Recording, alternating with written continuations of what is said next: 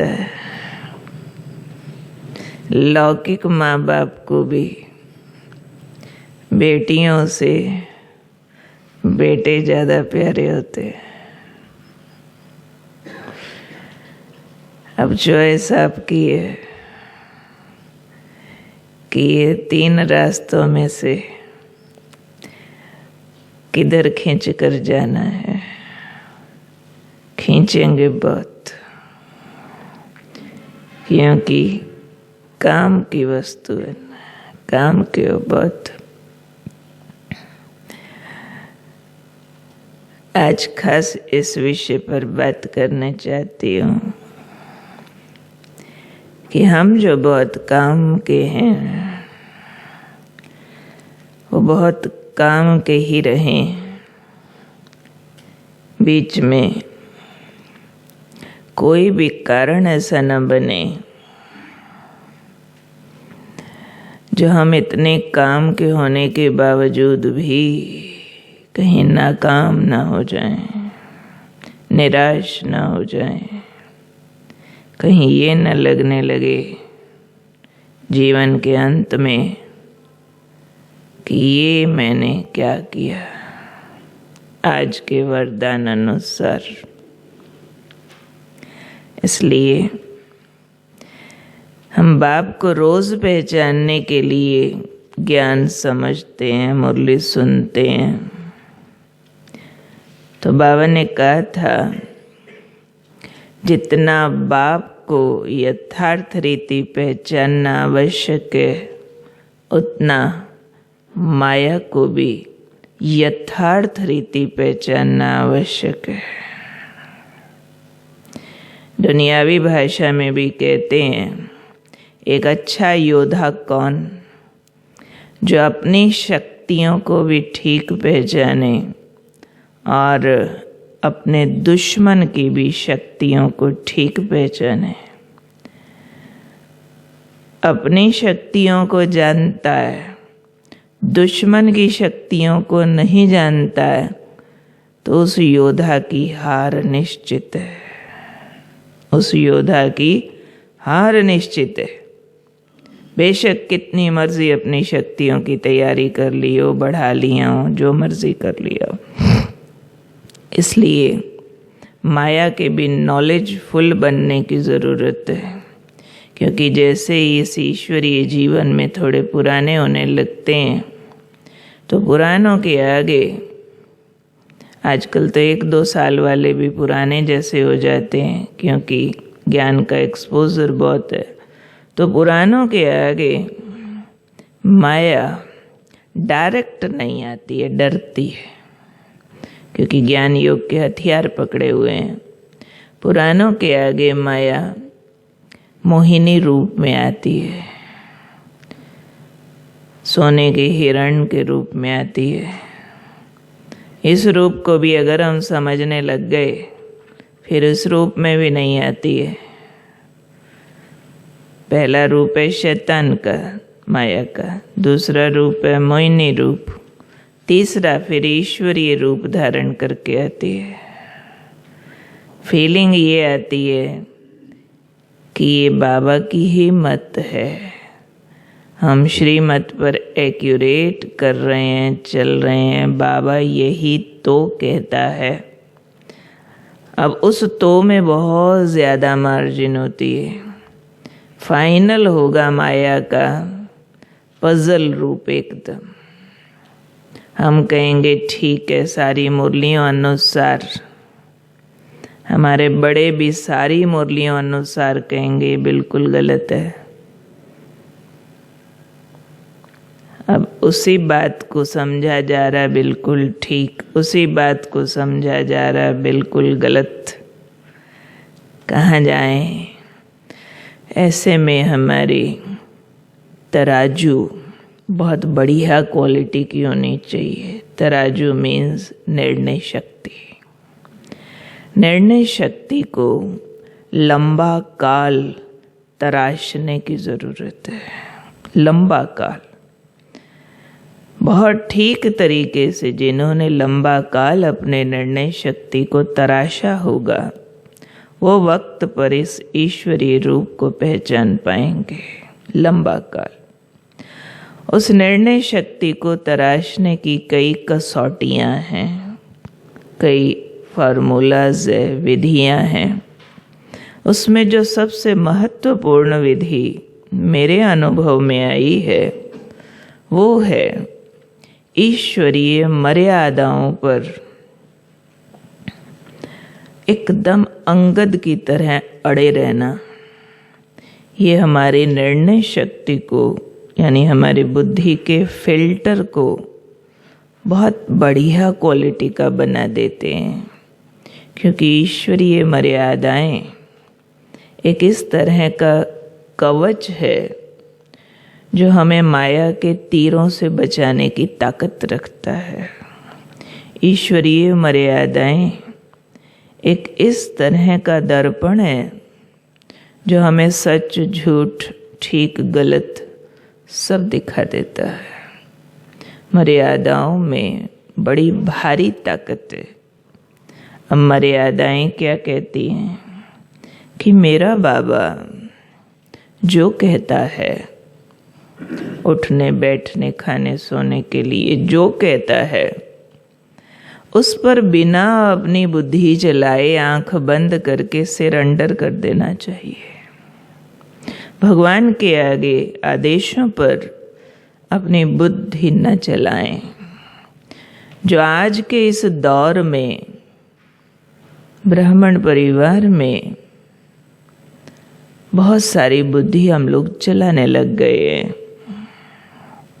जिसको बाबा कहते हैं बच्चे कारण मत सुनाओ, निवारण करो, क्योंकि भगवान जो कहता है वो परम सत्य है और भगवान जो कहता है वो करने योग्य है, किया जा सकता है, इसलिए कहता है।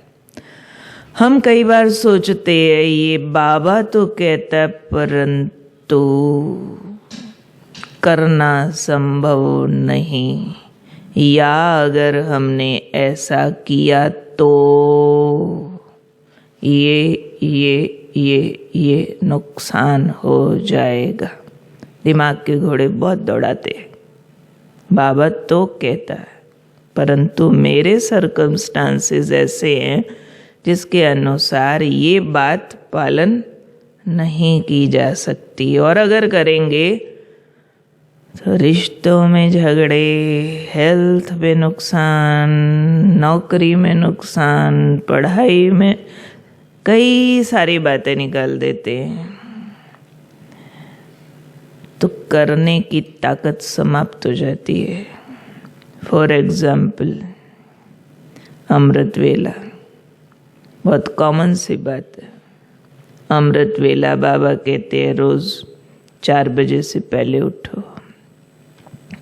ज़्यादातर ब्राह्मणों से पूछो अमृत वेला करते हो? हाँ जी। रोज करते हो? हाँ जी।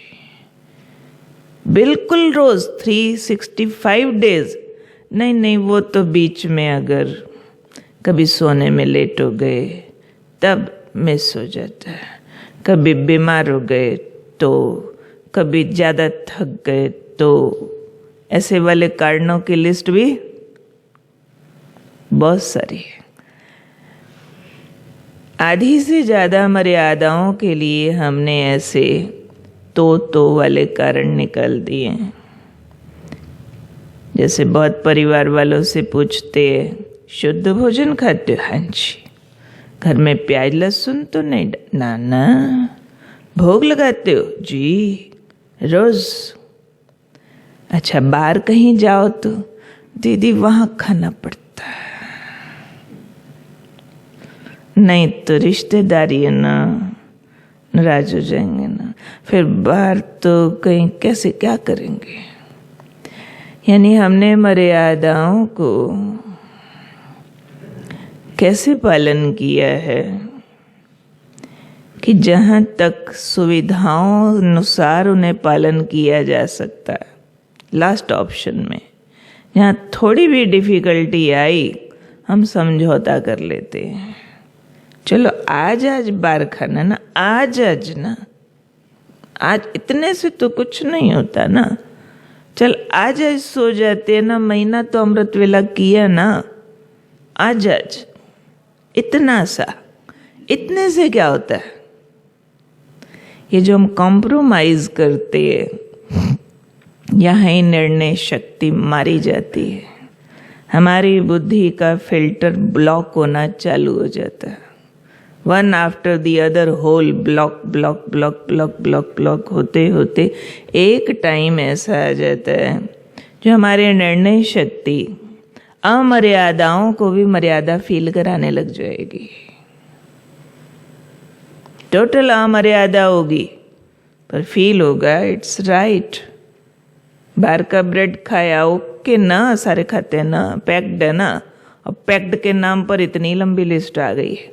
आज ब्रेड खाया, कल बटर खाया, परसों दही खाया, फिर पनीर भी खाया, फिर बिस्किट भी खाया, फिर चाय का कप भी ले लिया, फिर आइसक्रीम का पैक भी ले लिया। पैक्ड अलाउड किसने किया, कब किया? मर्यादा में एक जगह अगर ब्लॉक आता है ना, बहुत जगह उसके एक्सप्रेशन आते हैं।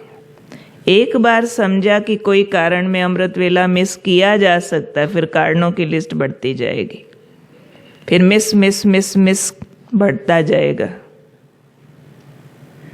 तो इसलिए मर्यादाओं का अर्थ होता है डू और डाई, नमः शिवाय।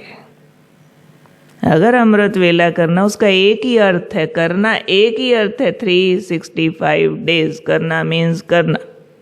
2 बजे सोए तो भी 3 बजे उठना, करना मीन्स करना।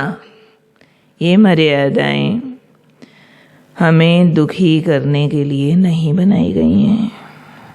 ये मर्यादाएं हमारे जीवन को आसान करने के लिए बनाई गई हैं, हमारी पवित्रता को बढ़ाने के लिए, तेज को बढ़ाने के लिए, शक्तियों को बढ़ाने के लिए, और फाइनल जो माया ईश्वरीय रूप धारण करके आएगी उसको परखने और निर्णय करने की शक्ति को बढ़ाने के लिए बनाई गई है, ताकि उसको हम परख पाएं कि यहाँ भी कौन सी ईश्वरीय भाषा है, कौन सी मायावी बात है, परख पाएं। उसकी शुरुआत यहाँ से होती है। इसलिए कुमारों को फौलादी जीवन जीना है, सैनिकों जैसा। फौजी, राजयोगी सैनिक होते हैं, फौजी होते हैं। भले हमने कहा है सहज राजयोग, सहज, इजी टू अंडरस्टैंड, इसलिए सहज। लेकिन बाबा ने भी एक मुरली में कहा था, इजी शब्द सुन के कई बच्चे लेजी हो गए। इजी तो इसलिए कहा था कि इसके लिए गुफाओं कंदराओं में जाने की ज़रूरत नहीं, भूखे रहने की ज़रूरत नहीं, घर छोड़ने की, पैसा छोड़ने की ज़रूरत नहीं, घर में दुनिया में रह के भी कर सकते। किंतु सच पूछा जाए तो सहज राज योग, उस हठ योग, गुफाओं कंदराओं वाले ऋषियों मुनियों वालों के योग से 1000 गुना अधिक मेहनत मांगता है, अटेंशन मांगता है। क्यों? क्योंकि यहाँ हमने तूफानों में दिया जलाना है। वो तो जंगल में शांति में बैठ शांत हो रहे हैं, हमने अशांति में शांत होना है।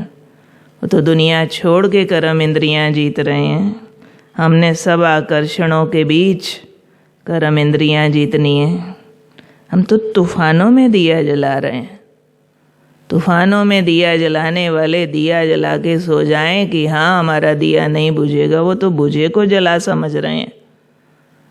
तो इसलिए इजी ज़रूर है, पर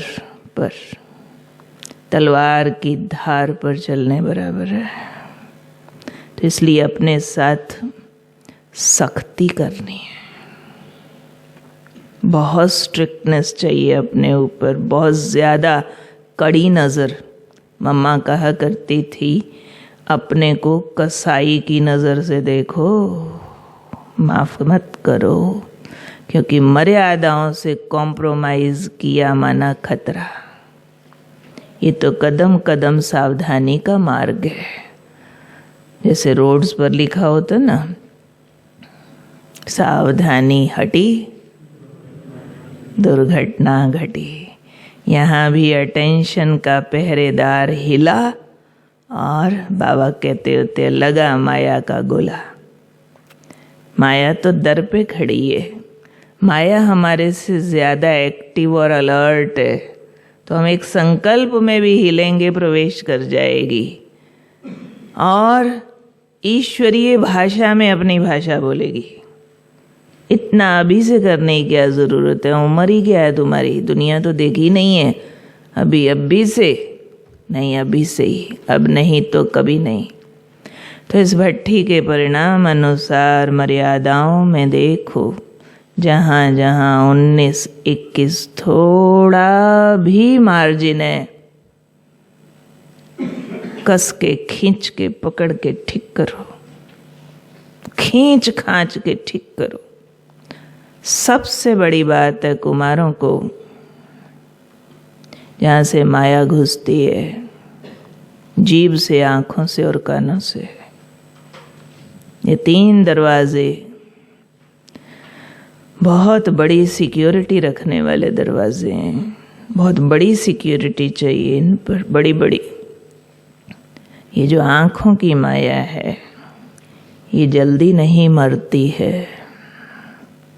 इसके लिए बहुत बहुत बहुत लंबे काल का गहरा अभ्यास और बार बार चाहिए। इसलिए बाबा बार बार कहा करते हैं, बच्चे आँखों पर ध्यान दो। कई मुरलियों में तो बाबा सूरदास का भी मिसाल देते हैं। उसने आँखें फोड़ दी। अब फोड़ने की बात थोड़ी है हमारी। हमको ये आँखों को देखना सिखाना है कि तुमको अगर देखना है तो कहाँ देखना है, या तो सितारा देखना, नहीं तो नहीं देखना। जो चीज़ मेरे काम की नहीं उसको देखना नहीं। आजकल सबको मालूम है ये वाली बात कि बाहर तो इतना कुछ देखने को मिले न मिले, हर एक की बिजी लाइफ है, लेकिन हर एक ने एक बड़ी भयानक माया डब्बी में जेब में रखी है। शायद ही कोई वेरला ऐसा बचा हो, कोई होंगे, बाबा के छिपे हुए लाल जरूर होंगे, जो इस माया से प्रभावित न हुए हों। इसके अंदर जो संसार भर की इन्फॉर्मेशन है, एक्सपोजर है, जो रंग बिरंगे आकर्षण है, वो सबको किसी न किसी हद तक बांध लेते हैं। लेकिन मर्यादाओं में आजकल, मर्यादाओं की किताब में भी ये पॉइंट आ गया है, ईश्वरीय मर्यादाएं ब्राह्मणों की, कि मोबाइल का सदुपयोग करें, केवल इसके दुरुपयोग से बचें। और नॉट ओनली मोबाइल के अंदर जो इंटरनेट है, उसमें आप काम की बात के लिए बटन दबाते हैं और नाकाम की, बिना काम की हजारों बातें सामने आ जाती हैं। उसमें हमें एक समझदार सीता बनकर अपनी लक्ष्मण रेखा खुद खींचनी है।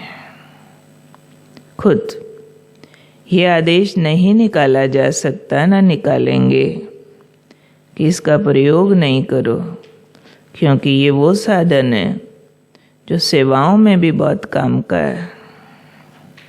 बहुत सेवाओं को इससे पुश मिला है, बहुत ज़्यादा कम्युनिकेशन का साधन है, लेकिन सोने का हिरण है, आकर्षण भी बहुत है। इसलिए लक्ष्मण रेखा खुद खींचनी होगी, खुद, और बहुत ज़्यादा सख्ती से, कि हम इसका प्रयोग केवल और केवल जहाँ बहुत जेन्युइन कम्युनिकेशन है, जेन्युइन मोस्ट इम्पोर्टेंट, वहाँ करेंगे, अदरवाइज नहीं करेंगे।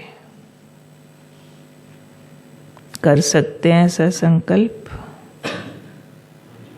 कर सकते हैं ऐसा संकल्प दिल से, दृढ़ता से कर सकते हैं? बचना चाहते हैं इस भयानक माया से? बच सकते हैं? जो दृढ़ता से इस संकल्प को पालन भी करेंगे, वो हाथ खड़ा करो कि हम जेन्युइन यूज करेंगे, नहीं तो नहीं करेंगे। Thank you. लगभग सभी ने किया। याद भी रखना, मोबाइल के ऊपर ही लिख देना, नॉट फॉर एंटरटेनमेंट, मनोरंजन का साधन नहीं है, इसका मायावी प्रयोग नहीं करेंगे। फिर उस माया को भी हमको अंडरस्टैंड करना है ना। दूसरा, इसी से लिंक भी वो पॉइंट है और सेपरेट भी है, फालतू दोस्तियों से बचो। कुमारों को दोस्तियां बहुत आकर्षित करती है। पहले दोस्त बनाते भाइयों को, फिर कब कहाँ वो भाइयों से कोई दूसरी फ्रेंडशिप में भी चला जाता है। ज़माना ऐसा है, पढ़ने जाते हैं, नौकरी करने जाते हैं। ज़माने में एक हवा फैल गई है कि जिस लड़की का कोई बॉयफ्रेंड नहीं है वो बेकार है, जिस लड़के की कोई गर्लफ्रेंड नहीं है वो बेकार है, उसमें कोई कमी है, कोई खोट है शायद इसलिए। अब यहाँ तो आप एक संगठन में एक जैसे बैठे हो, यहाँ तो पवित्रता का माहौल है, आँख भी यहाँ से यहाँ नहीं जाती है, लेकिन बाहर की भाषा कुछ और है, आसुरी भाषा है बाहर। उस आसुरी भाषा से प्रभावित होकर के कई बार हम उन सारी बातों को जायज़ मान बैठते हैं, और इतना जायज़ मान लेते हैं कि ब्राह्मण परिवार में आके भी वो वाले कर्तव्य को हम ठीक मान लेते हैं। आज इस पर कुछ बातें समझाती है, क्योंकि बहुत बार इतनी स्पष्टता से इन बातों को छेड़ा भी नहीं जाता है। मुझे ये ज़रूरी लगती हैं। थोड़े से पुराने भाई बैठे हैं, लेकिन बहुत नए और यंग भी हैं, उनके लिए ये बातें बहुत महत्वपूर्ण हैं। इसलिए दुनिया का माहौल कुछ भी हो, लेकिन अपने लिए पत्थर की लकीर खींच दो कि किसी भी फॉर्म में मुझे इस तरह की दोस्तियां नहीं करनी है का अर्थ नहीं करनी है। सेवा के फॉर्म में भी नहीं, सेवा के रूप में भी नहीं कि फलानी बीके है, मुझे बहुत अच्छी लगती है, सेवा बहुत अच्छी करती है। आयु थोड़ी ऊपर नीचे भी हो सकती है। ज़्यादातर बराबर की आयु वालों में सूक्ष्म खिंचाव होता है। भाषा ईश्वरीय होती है कि इनका सेवा का तरीका बहुत अच्छा है, तो हम दोनों चले जाते हैं। बाबा ने इसके लिए भाषा यूज़ की हुई है, महावाक्य उच्चारण किए हुए हैं कि बच्चे रॉयल भाषा बोलते हैं कि लगाव नहीं है, लगाव नहीं है मुझे फलानी से, लेकिन अच्छी लगती है। उसका ज्ञान सुनाना, उसका खिलाना पिलाना, ये वो अच्छा लगता है। जहाँ अच्छा भी लगता हो वहाँ से भी हट जाओ। इस तरह के अच्छे लगने की भी कोई ज़रूरत नहीं। इस पॉइंट पर हमारे अंदर सन्यासियों जैसा वैराग चाहिए। इस तरह की सेवा भी अपने को नहीं चाहिए। भले आपके कोई कुलीग्स हैं, कोई कॉलेज फ्रेंड्स हैं, कोई भी जो भी हैं, आप उनको ज्ञान के मैसेज लिख लिख के भेजते हैं, उनको फ़ायदा होता है, वो बदले में थैंक्स लिख के भेजती हैं। चालू हो जाती हैं कथा और कहानियाँ, फिर तेरे और मेरे घर की कहानियाँ, फिर आना और जाना, फिर हम वर्णन करते हैं, मैंने फलानी को ज्ञान सुनाया ना। आजकल मुरली पड़ती है, फिर हम दोनों इकट्ठे वहाँ कॉफ़ी पीते हैं, फिर कभी पार्टी में घूमने भी जाते हैं। इस तरह के वर्णन करते हैं कुमारा के, हमें पता चल जाता है गया सांप के मुंह में। ऐसे वाले ज्ञान सुनाने को भी नमस्ते। अगर लगे फलानी को मेरा ज्ञान सुनाया बहुत पसंद आ रहा है, रेफर करो, सेंटर पे जाओ, दूसरे से मोबाइल पे मुरली पढ़ो, किताब पकड़ाओ, पासे हो जाओ, ज्ञान ही सुनाना। अपने को परखना भी धीरे धीरे आता है।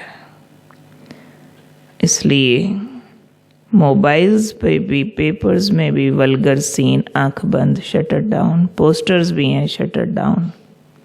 आंखों को बोल दो तुम खबरदार, देखा तो देख नहीं सकती हो, क्योंकि इस तरह की नज़रें गड़ाकर देखना ईश्वरीय जीवन की मौत का दरवाज़ा है। सावधान।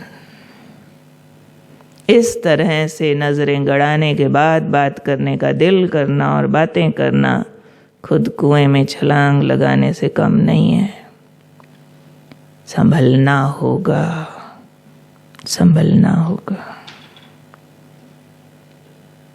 बड़ी आयु वालों के लिए तो बड़ी जोरदार पीछे पवित्रता पर मुरली चली है। ब्रह्मचारी नहीं, सिर्फ ब्रह्माचारी। उस पॉइंट को नहीं ले रही हूँ अभी, तो नीचे के दर्जे की बातें सुना रही हूँ। ये नीचे का दर्जा है ब्राह्मण जीवन में। ऊपर के दर्जे की पवित्रता तो बहुत ऊंची कहानी है। उसमें तो किसी के लिए नफरत आना भी अपवित्रता है, किसी का अवगुण दिखना भी अपवित्रता है, एक अच्छा लगे दूसरा अच्छा ना लगे भी अपवित्रता है। वो पराकाष्ठा है पवित्रता की। लेकिन ये शुरुआत की कहानी है। कोई इतने को भी नहीं समझ पाते हैं, तो इसलिए इसके लिए महत्वपूर्ण है अन्न की शुद्धि की भी पराकाष्ठा। उसमें बहुत ढीलापन आ गया है, क्योंकि एक ज़माना था किसी सेंटर पर अगर गुलाब जामुन भी बन गया ना, बहुत बड़ी बात थी। बाहर का खाते नहीं थे, अच्छा बनाना आ गया, अच्छा ऐसे बनता है। गोलगप्पा शोलगप्पा वगैरह की तो बात ही नहीं थी।